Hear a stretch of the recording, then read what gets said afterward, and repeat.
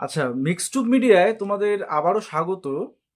তো আজকে এই ভিডিওটা মূলত আমি এবারে 2025-এ এএনএম জিএনএম এন্ট্রান্স বা জেনপাস ইউজি এন্ট্রান্স তোমরা যারা দিলে তোমাদের জন্য স্পেশালি আশা করি এই ভিডিওটা তোমাদের প্রত্যেকেরই দেখা উচিত।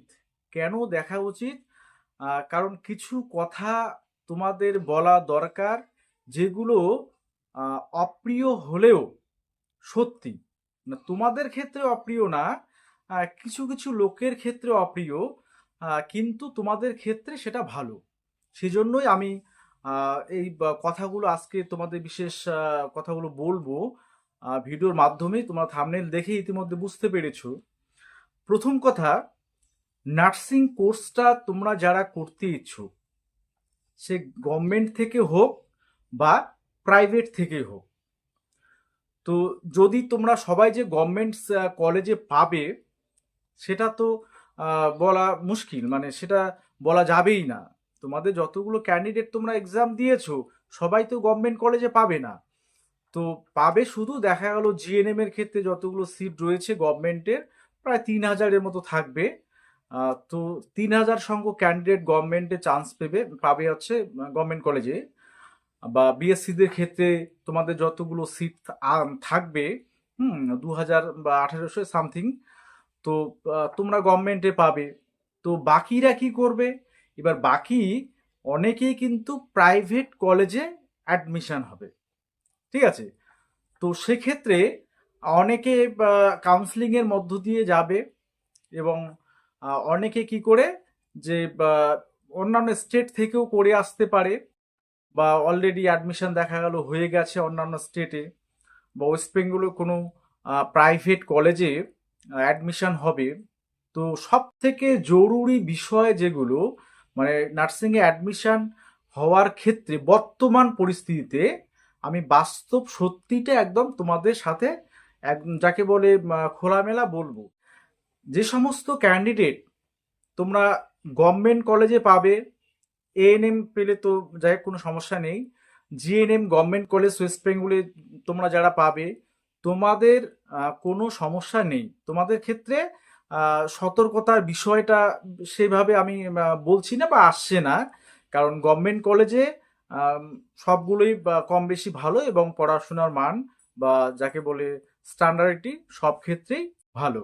এবার প্রাইভেট কলেজ নির্বাচনের ক্ষেত্রে তোমরা যারা গভর্নমেন্টে চান্স পাবে না, প্রাইভেট কলেজে পড়তে চাও, বা দেখা গেলো স্কোর কম কিন্তু তুমি নার্সিং কোর্সটা করবে, তবে আলটিমেট একটা কথা তোমার মাথায় ঢোকাতে হবে, যে এই যে আমি কোর্সটা করব জিএনএম বা বিএসসি নার্সিং এ একটা কোর্স করব একটা প্রাইভেট কলেজ থেকে, তো কি জন্য করছি? আলটিমেট শেষে কিন্তু একটা চাকরির দরকার। ওটা চাকরি তোমাকে স্টাফ নার্সে পেতে হবে, তাই তো? তো এবারে স্টাফ নার্সে তোমরা হয়তো বা কিছুটা শুনেছো অনেকেই, যে সিবিটি চালু হওয়ার কথা। সেটা ইতিমধ্যে আমরা নিউজ মারফত বা খবরের কাগজ মারফত সেটা জেনেছি, এবং এবারে যারা পার্টিসিপেন্ট রয়েছে স্টাফ নার্সের রিক্রুটমেন্টে, তারাও ইতিমধ্যে সেটা জানে। তো এক্ষেত্রে বলবো, তোমাদের কি করণীয়? তাহলে তোমাদের কি কি সতর্কতা অবলম্বন করতে হবে যারা প্রাইভেট কলেজে অ্যাডমিশন হবে? দেখো, প্রথম কথা, তোমরা যে প্রাইভেট কলেজে অ্যাডমিশন হবে সেটা আইএনসি অ্যাপ্রুভড কিনা, ডব্লিউবিএনসি অ্যাপ্রুভড কিনা, সেটা সবার প্রথমে দেখতে হবে, ঠিক আছে? এটা কিন্তু তোমার দায়িত্ব। তুমি অ্যাডমিশন হবে, তোমার নিজের দায়িত্ব। সবারই হাতে এখন অ্যান্ড্রয়েড সেট রয়েছে, চাইলেই তুমি আইএনসি বা ডব্লিউবিএনসির অ্যাপ্রুভালে কোন কোন কলেজ রয়েছে, প্রাইভেট কলেজ, সেগুলো চেক করে নিতে পারো। আচ্ছা, এই কাজটা প্রথমেই করবেই, ঠিক আছে? সেকেন্ড যেটা কাজ, অবশ্যই যেটা সিট ম্যাট্রিক্সে দেওয়া থাকবে কলেজগুলো, সেগুলো ডব্লিউবিএনসিতে অ্যাপ্রুভ থাকেই, এবং আইএনসি থেকেও অ্যাপ্রুভাল তারা অনেক সময় পেয়ে যায়, ঠিক আছে? তবে আহ, আর কি কি বিষয় সব থেকে যেগুলো আবার গুরুত্বপূর্ণ, যে যেহেতু তোমাকে চাকরিটা করতে হবে, সিবিটি দিতে হবে, মানে আবার এক্সাম দিতে হবে, তাহলে আমাকে দেখতে হবে আমি যে প্রাইভেট কলেজটাকে চুজ করব বা যেখানে অ্যাডমিশন হব, অনেকে ম্যানেজমেন্ট কোটায় অ্যাডমিশন হবে বা কলেজে যোগাযোগ করে সেখানে অ্যাডমিশন হবে।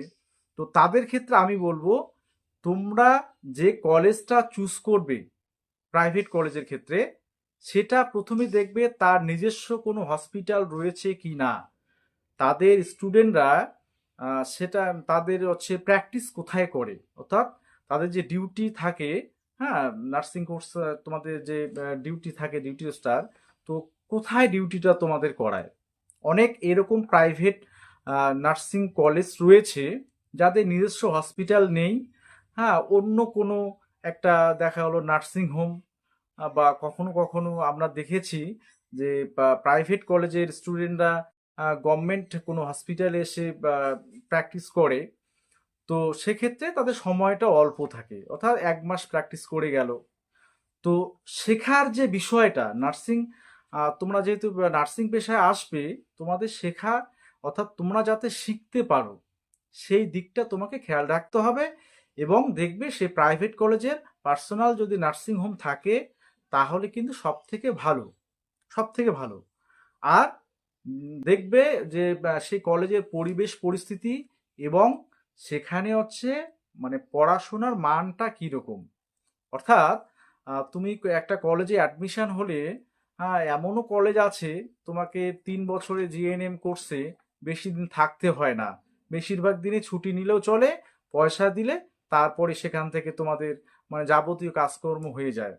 তো এইভাবে করলে তোমাদের কিন্তু ভবিষ্যতে ক্ষতি হবে। কারণ একটা সার্টিফিকেট পেয়ে আমি কিন্তু পরবর্তীতে যখন সিবিটি দেব, আমাদের সিলেবাসের কোনো ধারণা থাকবে না। এরকম অনেক ক্যান্ডিডেট আছে আমি বলবো, যারা অলরেডি চাকরি পেয়েছে শুধুমাত্র নম্বরের বেসিসে চাকরি পেয়েছে, আমি দেখেছি। হ্যাঁ, অথচ একটা ওই কি বলে স্যালাইন করতে গিয়ে, হ্যাঁ, সেখানে জেলকো করতে গিয়ে তাদের আটকে যাচ্ছে, মানে খুঁজে পাচ্ছে না ভেন।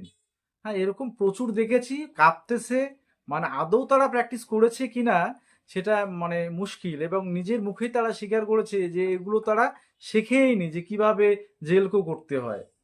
তো এমন কোনো এরকম কোনো কলেজে অ্যাডমিশন তোমরা কখনোই হবে না, ঠিক আছে?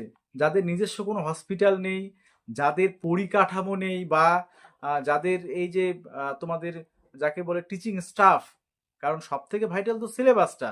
হ্যাঁ, টিচিং স্টাফ যদি ভালো না থাকে, তোমার যদি সাবজেক্ট সম্পর্কে নলেজ না থাকে, হ্যাঁ, যে তোমাদের নার্সিংয়ের যে সিলেবাস রয়েছে, তো সেই বিষয়ে তোমাদের যদি নলেজ না থাকে, এবার পাস আউট করে বেরিয়ে আসার পরে তোমরা কিন্তু সমস্যায় পড়ে যাবে। তো প্রাইভেট কলেজে যেহেতু আমি পয়সা দিয়েই নার্সিংটা করছি, তাহলে একটা ভালো কলেজ, প্রাইভেট কলেজে গিয়ে পড়বো, যেখানে সব ধরনের সুযোগ সুবিধা আমি পাবো। তো এখন কিন্তু ব্যাঙের ছাতার মতো যাকে বলে প্রাইভেট, মানে যা বিষয়টাই প্রাইভেটেশন হয়ে যাচ্ছে, তো মানে ব্যাঙের ছাতার মতো কলেজ চারদিকে গজিয়ে উঠছে। তো অবশ্যই তোমরা এই বিষয়টা সচেতন হবে। আইএনসি, ডব্লিউবিএনসি অ্যাপ্রুভাল, কলেজে নিজস্ব হসপিটাল আছে কি নেই, সেই কলেজে পড়াশোনা কেমন হয়, তার প্রিভিয়াস রেকর্ড, কতজন পাস করেছে কতজন ফেল করেছে, তোমাদের যদি আমি প্রিভিয়াস ইয়ারের রেজাল্টটা একবার দেখাই, দেখবে 40টা ভ্যাকান্সি বা 40 জন জিএনএম ক্যান্ডিডেট, এর মধ্যে 30 জনে ফেল করেছে, 10 জন পাস করেছে। এরকম ভুরি ভুরি কলেজের উদাহরণ আছে।